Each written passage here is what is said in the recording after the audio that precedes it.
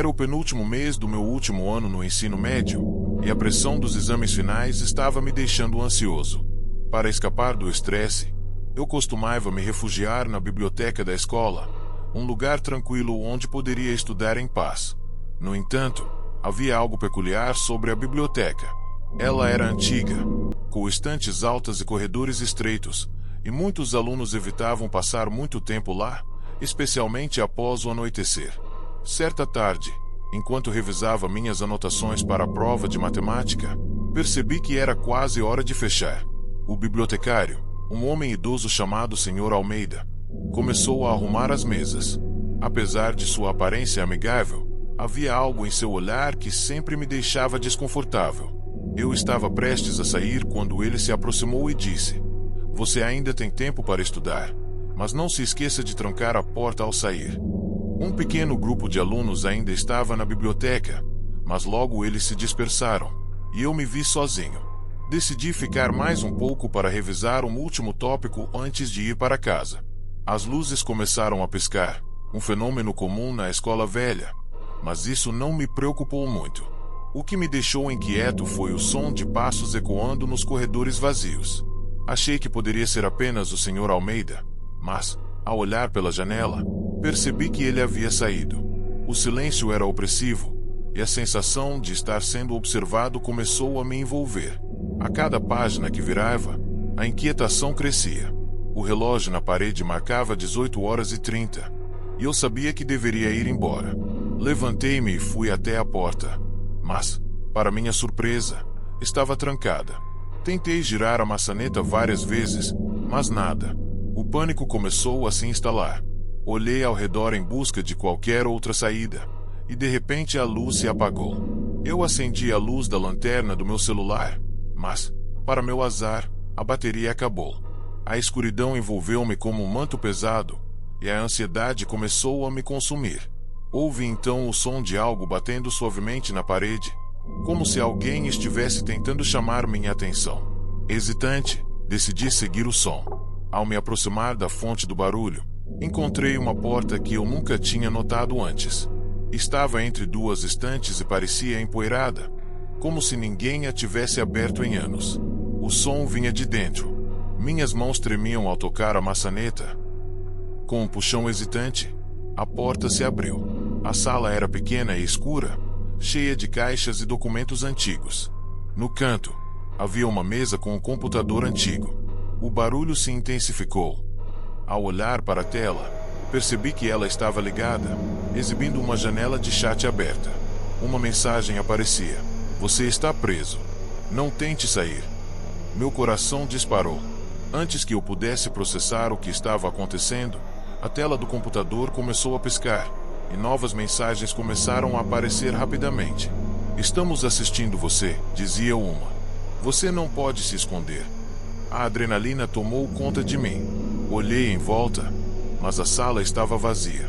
O barulho do teclado continuou, como se alguém estivesse digitando freneticamente.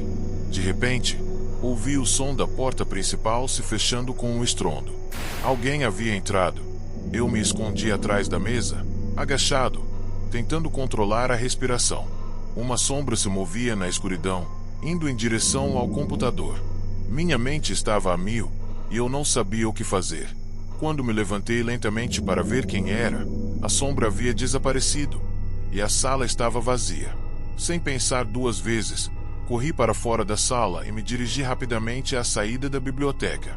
No corredor, encontrei o Sr. Almeida, que parecia surpreso ao me ver. "O que você está fazendo aqui depois do horário?" ele perguntou, seu tom de voz misturando preocupação e desconfiança. Eu contei tudo a ele, explicando sobre o computador, as mensagens e a sombra. Ele me olhou com ceticismo, mas decidiu me acompanhar. Quando chegamos à sala, meu coração disparou novamente.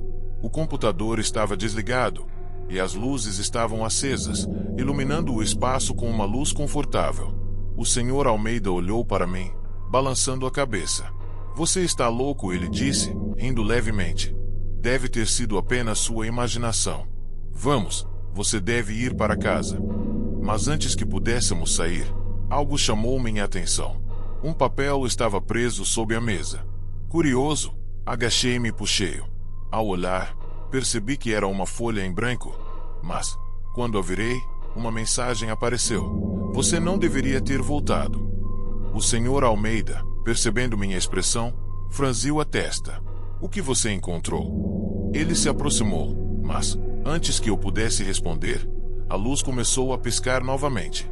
Um pequeno dispositivo no computador se acendeu, e uma voz robótica começou a falar. Você não pode escapar. O jogo apenas começou. Num impulso, eu e o Sr. Almeida saímos correndo da sala, sem olhar para trás. O corredor parecia se estender infinitamente, e a sensação de que algo estava nos seguindo nos impulsionou ainda mais rápido. Ao chegarmos à entrada da biblioteca, ofegantes, decidimos que a única coisa que podíamos fazer era contar ao diretor sobre o que aconteceu. No dia seguinte, nervosos, fomos até o escritório do diretor e expusemos tudo. O diretor, com uma expressão de incredulidade, nos acompanhou de volta à biblioteca. No entanto, ao chegarmos, a sala estava completamente normal. O computador estava desligado, as luzes acesas e o ambiente tranquilo. A porta que eu havia encontrado estava agora coberta por uma janela comum. O Sr. Almeida olhou para mim, perplexo. Não sei o que você estava vendo, ele disse, sua voz agora cheia de ceticismo. Talvez você devesse ir para casa e descansar. Ele se virou para o diretor, que balançou a cabeça, como se não houvesse nada a ser feito. Após aquele dia, o Sr. Almeida decidiu se demitir. Ele nunca mais voltou à escola, e eu, por outro lado, nunca mais consegui entrar na biblioteca. Cada vez que passava por ali, uma sensação de frio percorria minha espinha. O que realmente aconteceu naquela sala? O que eu vi e o que o Sr. Almeida sabia? Essas perguntas permaneceram sem resposta, e a verdade se tornou um mistério que eu levaria para a vida toda, sempre com o medo sutil de que, um dia, aquele jogo pudesse recomeçar.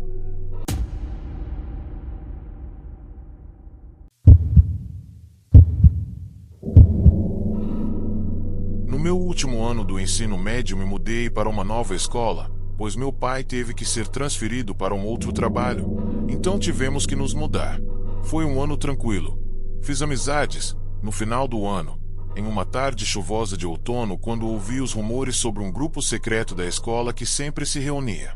Enquanto todos se preparavam para a temporada de formatura, alguns alunos sussurravam sobre os infiéis, um grupo misterioso que supostamente realizava desafios sinistros nas noites de sexta-feira. Muitos diziam que esses desafios testavam a coragem dos participantes e envolviam rituais estranhos, mas poucos eram os que se atreviam a falar abertamente sobre isso. Eu sempre fui muito curioso e essa curiosidade me consumiu.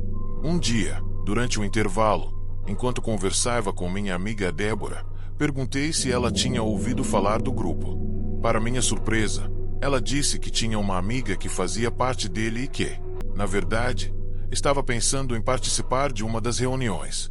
Isso me deixou intrigado. O que poderia ser tão interessante a ponto de atrair tantos alunos?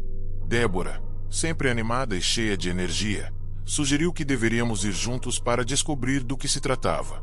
Eu hesitei, mas a ideia de entrar em um mundo desconhecido e ver o que realmente acontecia me deixou empolgado. Assim, decidimos que, na próxima sexta-feira, iríamos até a casa abandonada onde o grupo se reunia, mesmo sabendo que a história da casa estava repleta de lendas e mistérios.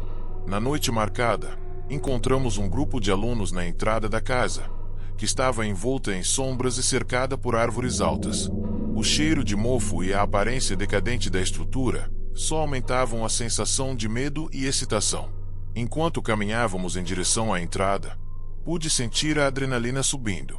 Dentro da casa, o ambiente estava tenso, iluminado apenas por algumas velas mal posicionadas. Os membros do grupo estavam reunidos em um círculo, e eu percebi que havia símbolos estranhos desenhados nas paredes. Marco, um dos líderes do grupo, me cumprimentou com um sorriso enigmático e me apresentou aos outros. Ele explicou que a primeira parte da noite seria um desafio. Cada um teria que entrar em um quarto separado e passar 5 minutos lá dentro, sozinhos, enfrentando o que quer que estivesse presente. A ideia de participar daquela brincadeira me deixou nervoso, mas a pressão do grupo e a expectativa no ar me impulsionaram a aceitar. Quando chegou minha vez, entrei em um dos quartos. A escuridão era densa, e a única luz vinha de uma vela tremulante que estava sobre uma mesa. Enquanto olhava ao redor, uma onda de ansiedade me invadiu. O silêncio era opressivo, e a sensação de estar sendo observado aumentava a cada segundo. Logo, ouvi barulhos vindos do corredor. A porta do quarto se fechou com força, e percebi que estava trancada. O pânico tomou conta de mim. Gritei por ajuda, mas o único som que ouvi foi o eco da minha própria voz. O que deveria ser uma brincadeira divertida logo se transformou em um pesadelo. Quando finalmente consegui abrir a porta, o que vi me deixou atordoado. O grupo estava em pânico, e Débora estava no chão, com o rosto pálido e os olhos arregalados. Ela me puxou para perto e começou a falar apressadamente. Você não vai acreditar no que eu vi. Algo estava se movendo, tinha alguma coisa lá. Tentando entender o que estava acontecendo, olhei para os outros alunos. Todos estavam assustados e se encaravam, sem saber o que fazer. A tensão no ar era palpável. Decidimos que era hora de sair daquela casa, mas a porta principal estava trancada. O desespero começou a se espalhar entre nós. Marco gritou para que todos se acalmassem e começou a procurar uma saída. Ele e alguns outros alunos tentaram arrombar a porta, mas ela não cedia. A sensação de claustrofobia aumentava, e eu senti que estava prestes a entrar em pânico. Foi quando ouvimos um barulho vindo do andar de cima, como se alguém estivesse se movendo. Com uma mistura de medo e curiosidade, decidimos investigar. Subimos as escadas rangentes, e cada passo parecia ecoar na casa vazia. O andar de cima era ainda mais escuro e cheio de sombras. O grupo estava nervoso, mas a ideia de encontrar alguém ou algo nos incentivou a continuar. Quando chegamos ao final do corredor, encontramos uma porta entreaberta. Débora hesitou, mas eu a encorajei a entrar. Assim que passamos pela porta, descobrimos um pequeno quarto, com paredes cobertas de recortes de jornais sobre desaparecimentos de alunos da escola. O ar estava pesado, e uma sensação de desespero tomou conta de nós. De repente, a porta se fechou atrás de nós com um estrondo. O grupo começou a gritar e a se empurrar, tentando encontrar uma saída. O pânico se instalou, e percebi que Marco estava agindo de maneira estranha. Ele parecia mais focado em nos manter lá dentro do que em encontrar uma maneira de sair. Então, Débora, em um ato de desespero, começou a socar a porta. O barulho chamou a atenção de alguém do lado de fora, e a porta finalmente se abriu. Um dos membros do grupo apareceu, pálido e ofegante. Vocês precisam sair daqui. A casa não quer vocês aqui. Ele estava visivelmente assustado e nos puxou para fora. Corremos para fora da casa, nossa respiração ofegante e corações acelerados. Ao chegarmos à calçada, olhei para trás e vi Marco na porta, com um sorriso perturbador no rosto. Algo não estava certo com ele, e a sensação de traição me atingiu como uma onda. O grupo se dispersou, cada um tentando processar o que aconteceu. Nos dias seguintes, Débora desapareceu, mandava mensagem e ela não respondia. Ao caminhar pela escola, uma sensação de desconforto me acompanhava. Os sussurros sobre os infiéis ainda ecoam nos corredores, e frequentemente vejo grupos de alunos se reunindo em cantos sombrios, trocando olhares furtivos. O desaparecimento de Débora pesou sobre mim como uma sombra. Sempre que fecho os olhos, imagino o que realmente aconteceu naquela noite. Decidi que era hora de agir. Com a ajuda de alguns amigos, comecei a investigar o que realmente se passava com o grupo. Descobri que eles estavam envolvidos em uma série de desafios que, de forma insidiosa, levavam os participantes a se afastarem de seus laços de amizade e até a se perderem em busca de aceitação. Ao expor essa verdade para a escola, consegui alertar os professores e a direção, que tomaram medidas para desmantelar o grupo e oferecer apoio aos alunos afetados, incluindo Débora, que, embora ainda em recuperação, agora estava em um ambiente seguro.